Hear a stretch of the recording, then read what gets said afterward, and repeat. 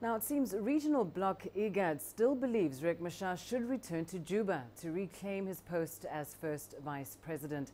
That's despite comments from the United States that the replacement issue is an internal matter for South Sudan. Here's more on this from CCTV's Girum Chala.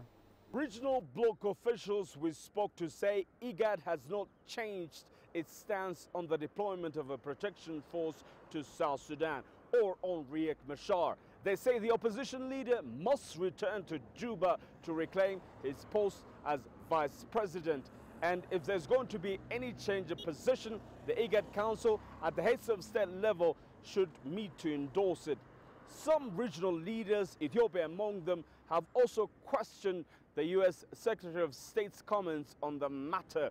This week, John Kerry announced that the Machar issue is something South Sudan needs to resolve internally without interference from other countries.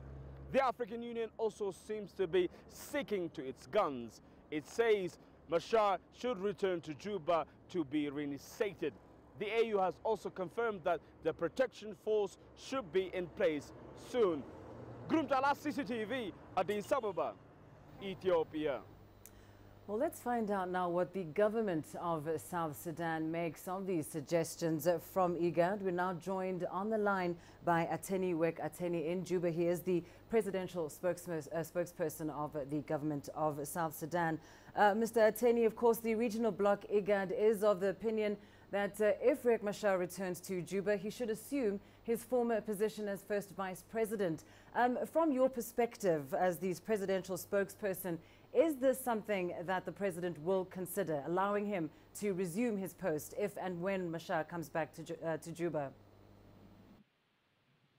Well, I don't understand if the IGAD would want to sponsor peace in South Sudan or they want to sponsor war. Presumably, they are sponsoring peace.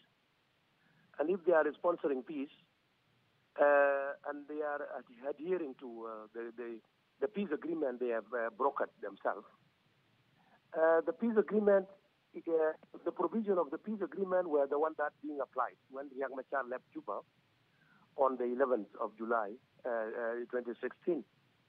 And within the provision of those, of the article of the peace agreement, in its article 6.4, which was applied, I did not know why it was not put that if it is about Riek Machar, then it shouldn't apply.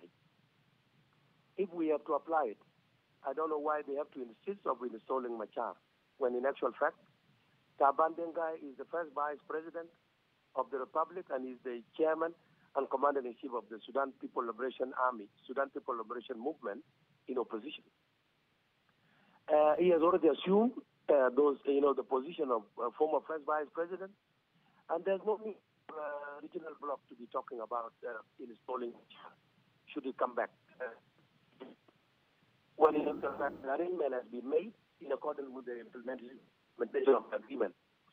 But if the other way is, if the thinking is the other way around, that they wanted to see South Sudan getting into war all the time, then there's no reason why they should not continue to coming back as first vice president.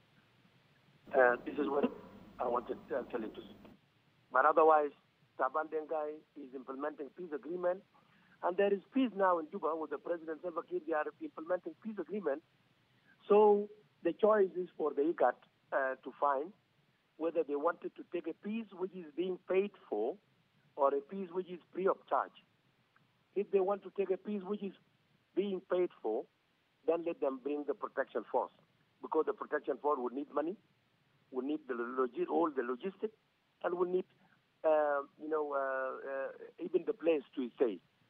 But if they wanted a peace which is free of charge, then President Salva Kiir and Taban Dengai are bringing all the warring parties closer to each other, and that they will silence guns instead of bringing peace or money, and peace which is free of charge.